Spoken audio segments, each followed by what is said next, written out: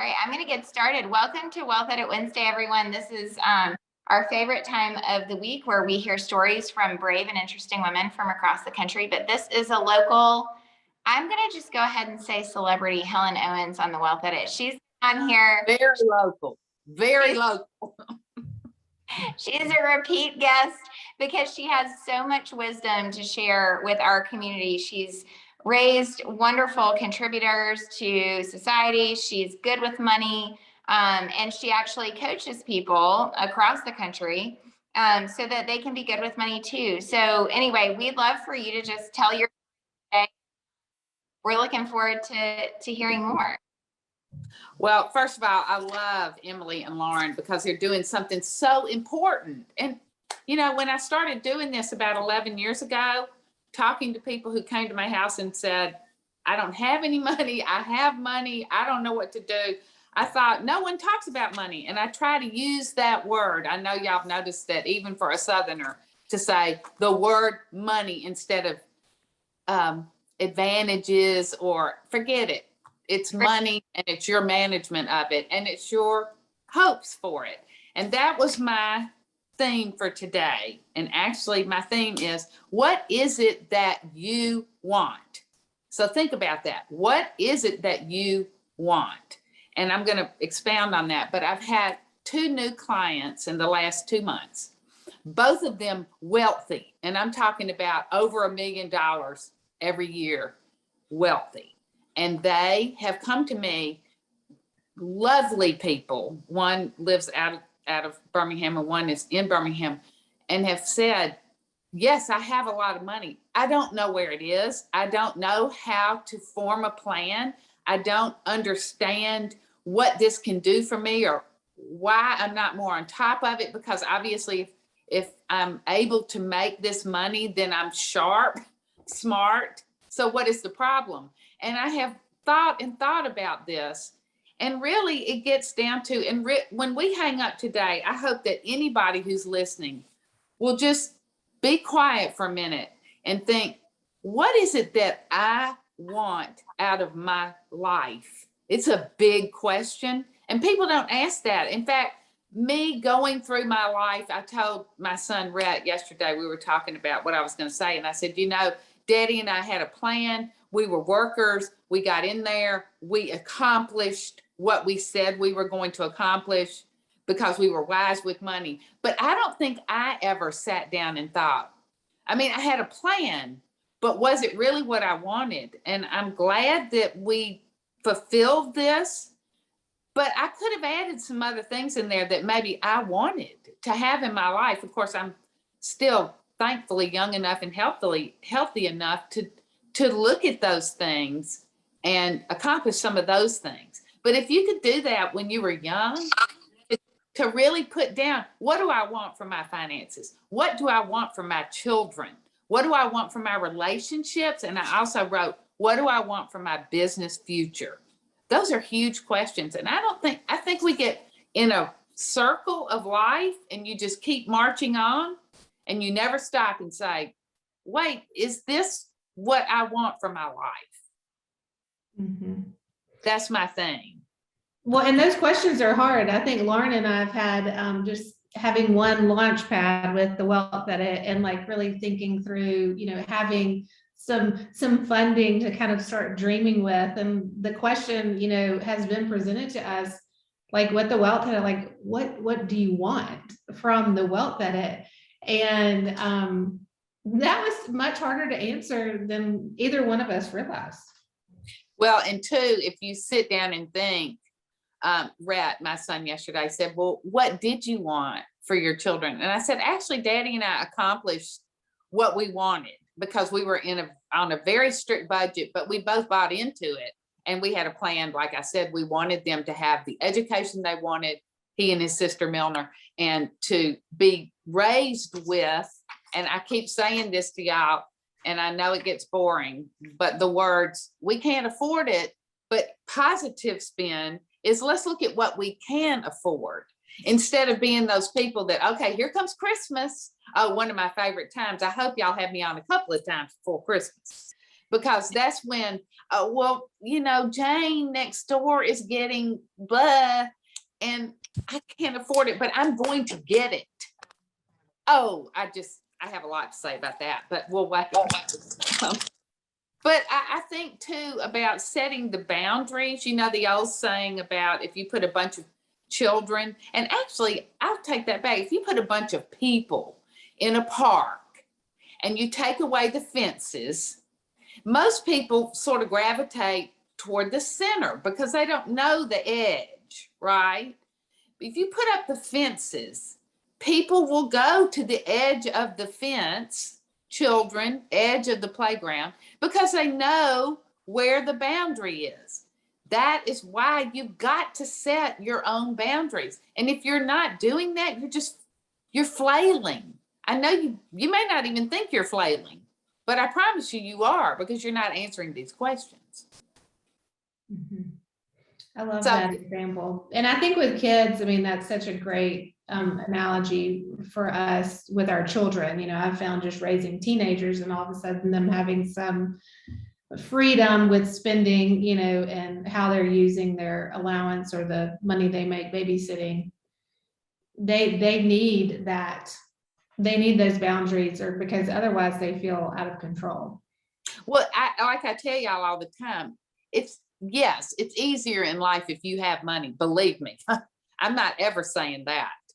But I am saying that even if you have money or you don't have money, and you don't set boundaries about what you can afford, what you're going to afford, how about what you're going to save for? How about what you're going to give to charity wise? Dickie and I have one particular charity that we're very fond of, and we have always tried, even when we didn't have any money, to support them as best we could. It was in our plan. Now, I will say again, my plan wasn't ever what did I want? It was what I was going to accomplish. And so they're two different things. I wish I had done what I'm telling y'all to do, because I want you to have what are you going to accomplish.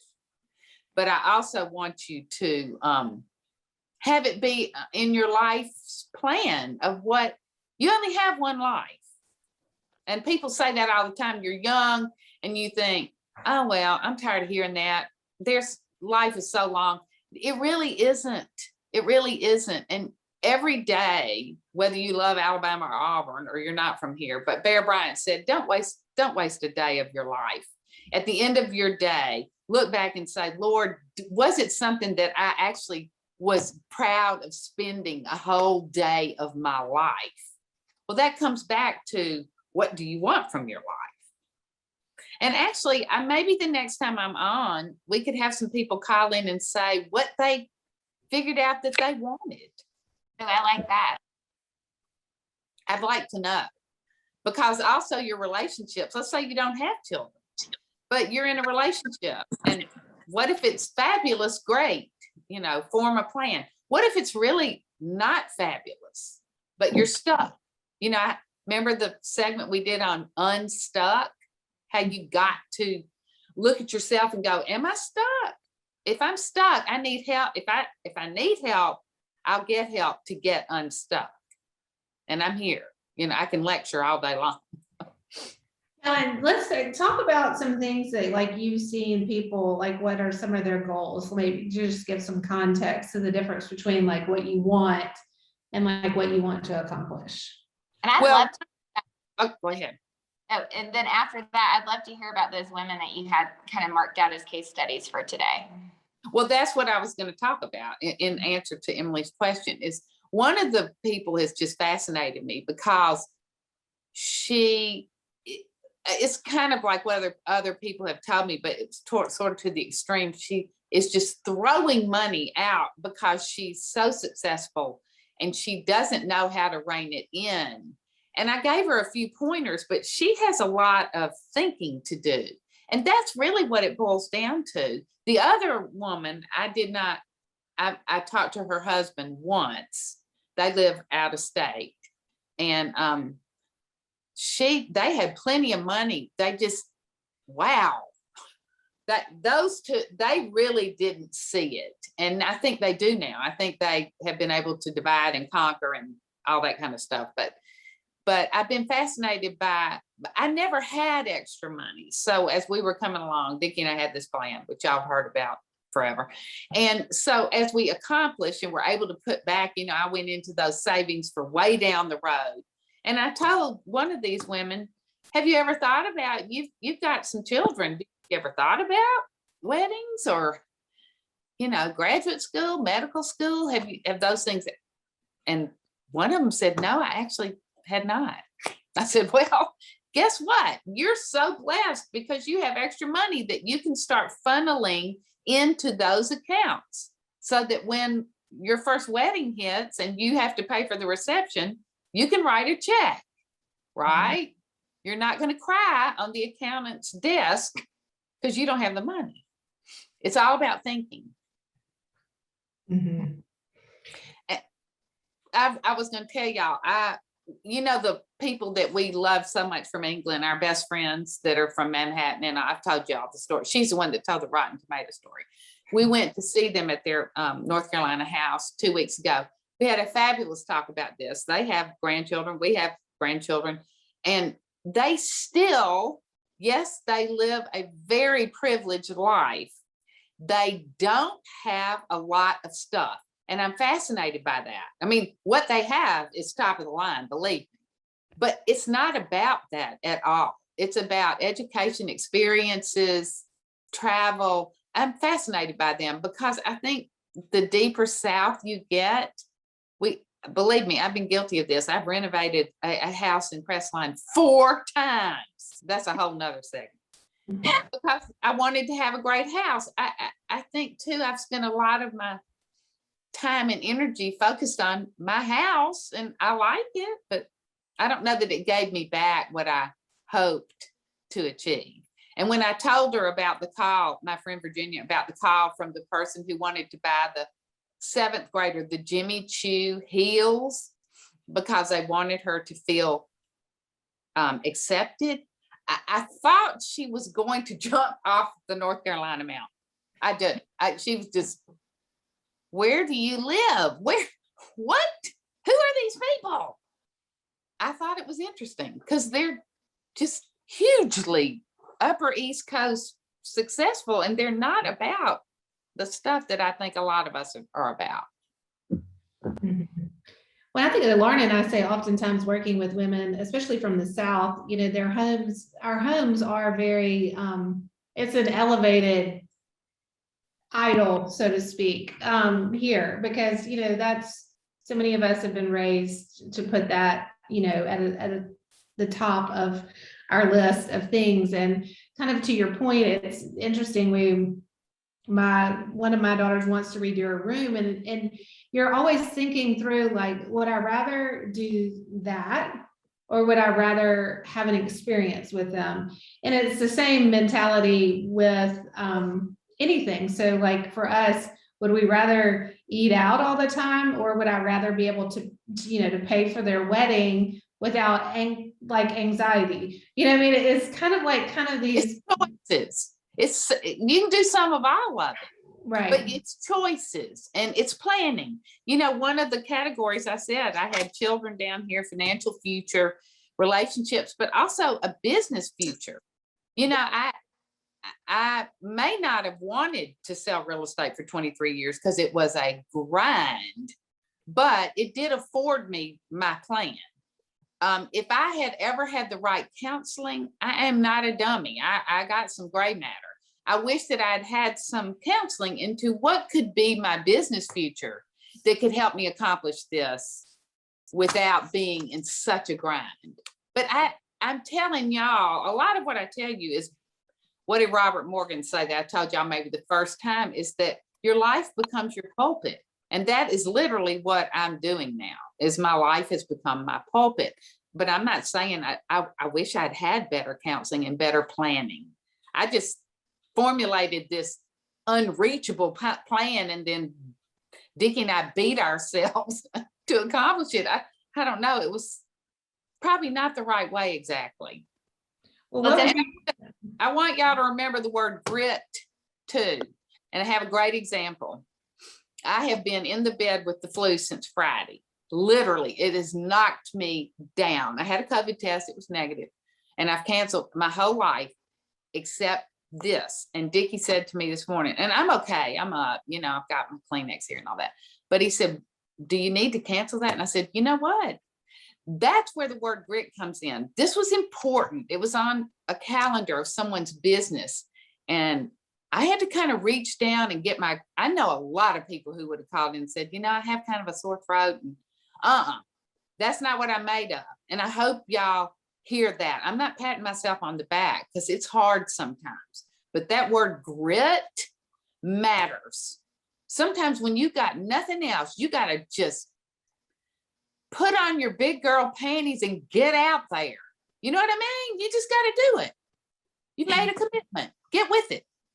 I agree. And it's so interesting, and especially as you're talking about, you know, your money and really what it means for that to be like somewhat fulfilling in your life, or at least aligned with who you are as a person. I think that's what we see more than anything in our private practice, is like a misalignment with who they are. Now, listen, if you love clothes and that's your thing and you would rather have the prettiest clothes on the planet than anything else, we're kind of for that, as long as you're not, as long as you're not spending your money eating out, because that's not going to do anything for you, you know, except for maybe you can, you know, show off your new clothes, but, you know, just get water. I don't know. But we, you know, really are for that sort of alignment of goals and your money, because, and I think in the South, it's interesting.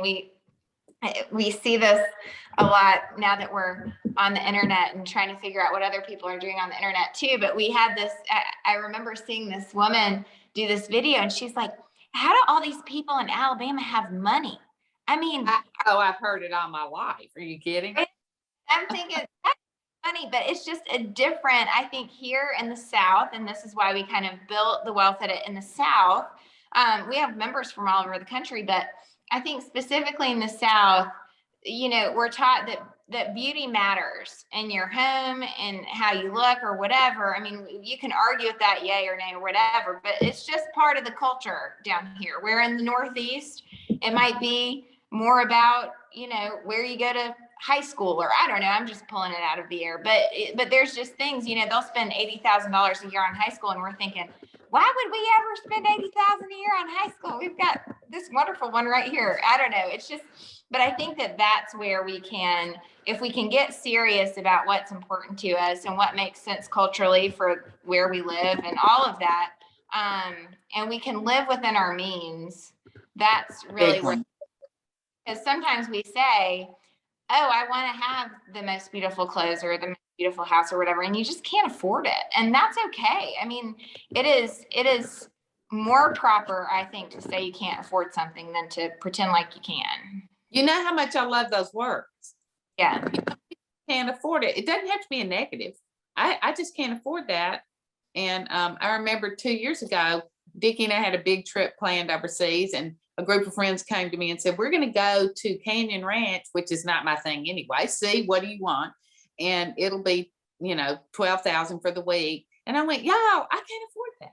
I don't want to afford that, because I'm going here. I've made a choice to do this other. And back to the clothes, don't hear me wrong. If that's what I'm saying. What do you want? You sit down and write it down. And then how am I going to afford that? And let me tell you something. If you've got the money and you want to go to Saks, I'm all for it. But oh my gosh, what did I tell y'all about beating the game? I mean, I just want y'all to know how to beat the game. Like I told you, the piano player at the mall is not there because they want you to have a good day. It's because they're trying to get you to feel good and spend your money. It's all a game. Win the game. And that's part of having a plan. So I mean it. This week, I'm really serious. I throw out stuff all the time, but I'm convinced that all of us need to sit down and say, what do I want out of my life? What do I want my children? Do y'all remember me saying, and I just wrote this down before this started, think of the people in your life. And I don't mean that you don't love them and you're not friends with them, but who are spoiled. I mean, I can name 3 or 4 people who are actually my friends. They're incredibly entitled. They're hard to be with. They're hard to be with. And do you want to do that to your children? Do you want to enable your partner to be like that? No, no, you do not. Ask my friend Virginia from Manhattan. No, you do not want to do that. So help these people counseling have that are overfunded, for lack of a better term, or at least for their life and their goals right now.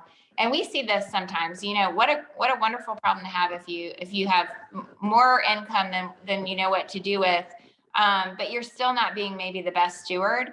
What do you think the first couple steps are to like getting people to where they're centered on what they want to accomplish with their money? Okay, so one of the first things is you may not be able to support 20 charities.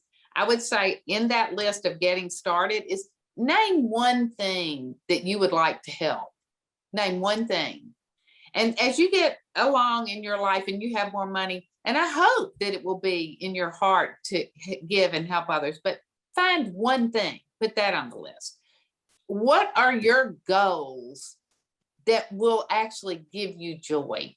It's not just what are your goals. Believe me, I've lived the first. What are your goals and what the heck are you going to do to make it happen, Helen Owens? That's it. Well, I don't think that's the right way. So I would sit down and say, my goals are maybe to travel a little. If I want my child to go to one of those crazy camps that my granddaughter Helen went to, I got to afford that. I've got to have a place for that, but that's something I want. It doesn't just necessarily mean what I want for me. It's what I want for my children, my spouse, my friends. It's pulling back and writing that list. So start with, what is something that you'd like to help? What are the things that are important to you this year that you need to pay for? You've got to back that money out of whatever your total amount is. You've got to start backing that money out. And then if clothes are your big deal, that's when you look at what you have left. And if you got some left, have at it, sister. Go get some Jimmy Choos if that's what you want. I pick on Jimmy Choo. I'm sure he's a great guy, but anyway, y'all get the drift. Emily and I will share this chart at some point, but a lot of people, you know, Emily and I are advisors during the day and wealth edit people at night. And a lot of people is everyone has, and we're going to make a pretty chart at some point, but you can visualize it. So it's like 3 different buckets. And the first bucket is just like your magic number in cash. We would call that an emergency fund in your house. And like that, those things you just don't want to lose. And maybe just like what you normally spend in a year if it's normal. So that's the first bucket. The second is the market bucket where Emily and I live. And that's what is the whole point of what investments, publicly traded investments do, is just to fund that first bucket. That's really why we're just trying to keep your standard of living what it is today and grow it, I don't know, 6 or 8% a year. It's been doing better than that over the last few years, but that's not normal. And then putting those buckets out is so important. It's hard, Lauren. One of the hardest things is to look at a year and try to figure out what you spent last year. You're not going to do it. That's what we say before anyone meets with a financial advisor. They just need to know what they spend in a year. I mean, it's the piece of information that is the key to everything else. How much is the key to everything else. So, you know, you'll find more value in all relationships. I'd say if you're married, you'd find more value in that relationship if you know how much you spend, and more value with a financial advisor or whoever else you're meeting with. But anyway, yeah. And then that third bucket is, like you said, like, we don't care if you're away, building a business, giving it to your children, throwing it in the street. It just doesn't matter. If you're taking care of things, then you're in good shape. Sure. And you plan for it. But like I said, my theme today is not just to live by this gut-wrenching plan, which is what I did. So my pulpit is now my life, is to go back and say, well, what did I really want and all of that. And I've told y'all I was not brave either. I hope y'all hear that. I want you to have grit. I also want you to be brave out there. I was the biggest simp. I was like, oh, I don't have that. Until I got a little older and got some guts. Anyway, I could go on and on about that. It's just to man up and say, this is what I have. This is how I want to grow. This is what I want to do with my life and my money. And I don't care if I can't afford what Jane next door has. If you can get there, the younger you can get there, the better your life. That's not a simple statement either. That is the truth. All that is just contentment with what your road is, which took me a long time to get to. Mm-hmm. I hope it seems so simple, but it's so true. Not enough people are saying that. And I think that's why we always have so many people that, I mean, if we go back and look at our podcast and who's listened to the most, I mean, you as a recurring guest are like the highlight of all of them. I mean, and I think it's just because people long to hear that, because like you said, everything in the world is telling us that we should not be content, that we should want this, that, you know, this is better. And, you know, for you and like what many of our hearts are telling us is that it's okay. You know, I mean, like to learning to be content is such a gift, not only to ourselves, but everybody around us. Because it's huge. And you know what? It's difficult, especially if you live. It's funny. My friend that I've told you the story about her growing up with her parents who went bankrupt 3 times and never told her. And she, you know, had a breakdown when she got out into the real world.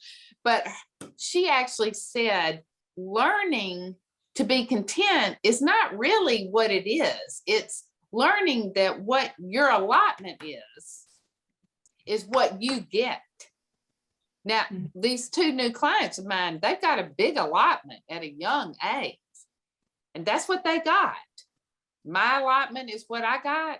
Your allotment. Now, that doesn't mean it doesn't change, but it's figuring out that what you have is your allotment for today. Mm-hmm. That's a big work. And I always say, I think something that was interesting that I got to live through just personally and like losing my husband is that, you know, after, you know, a life-changing event like that, you have to sit down and figure out, okay, what is my allotment? I mean, you know, it's like a lot of times those big events like that cause you to reflect more so than if you're just living life day to day to day and everything's kind of staying status quo. So for me, I had an event that required me to sit down and figure out, okay, what is my allotment? And now where am I going to go with that? Like, how am I going to proceed?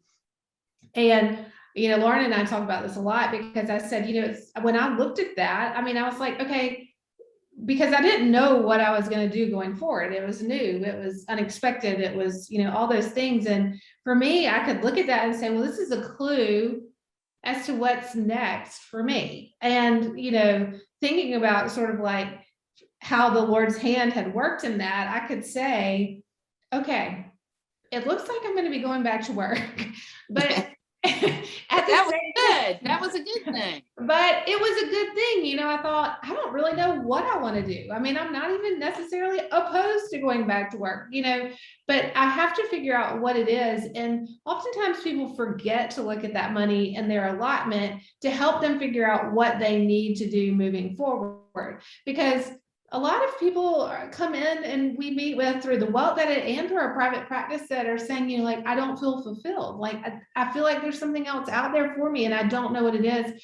And sometimes people forget to look at their money as a clue as to what is next for them. So if they're crazy overfunded, that is a clue too. You know, perhaps that's an opportunity to open a new business or to give, to be more charitable, to really dig in to a nonprofit that they love. Or, you know, if they don't have enough, it's like, okay, well, what's next? And I just think it's a beautiful thing that money sometimes is so scary, but oftentimes like it just, the answer's right there in front of you. You just have to stop and look. And I won't ever say it's the same if you don't have enough and you have surplus. It's not the same. Don't hear me. Not a Pollyanna, believe me. Yeah. But it's workable. you've got to get help. You've got to find a way forward. I'm all about positivity and being forward glancing. And I've done plenty of backward glancing and had lots of counseling in my life. And it's all about moving forward. So back to, what is it that you want? How are you going to achieve this? If you need somebody to help you, there are lots of people out there, including me, that can help. Sometimes an outsider can see it a lot quicker than you can see it. Yeah, we say that a lot with clients. It's really difficult to have personal and money. It's just hard. It's like a blind spot. It's personal, it's intimate, it's vulnerable. You know, it's just difficult to have, you know, a good lens into your own money. That everyone on this call is taking that step today. And so, Helen, thank you so much for being on here. We love having you. We can't wait until you come back again. And do you have what's one last tip for these people today that they should be thinking about throughout this week? Well, like I told you, I've been mulling over this question that I never had before. And that's the way life unfolds, which is, I want everybody to, when they get off of here, to go, what is it that I want? And I promise you, I have been the simp that I know people are like, oh, God, oh. And I want you to be brave, to man up and go, well, if that's what I want and I'm not on that path, what am I going to do? I'm going to pull up some grit and I'm going to find a path to that. And I'm not saying it's easy, and I don't think it's that hard either. It's just a matter of doing the thinking. And I really hope y'all will do that. And maybe the next time I come on, I'd love to hear some questions about, I'd never thought about that like I've thought about it in the past week. It's a great question. Not just what is my plan, but what do I want in my life? Because you're going to trade a day. You're going to go to bed tonight and you will have used up one of your allotted days. Was it worth it? Was it valuable? That's my big thing for today. I love it. Thank you, Helen, so much. Well, y'all are fabulous. Y'all really are y'all are the Mr. and Mrs. Big Stuffs, or Mrs. and Mrs. Big Stuff. Really proud. Thank you for being our biggest fans. We appreciate it. And we'll see you again in a few weeks. We're getting back on. I need to have some Christmas lecture time. Okay. You got it. You got it. Y'all take care. All right. Bye.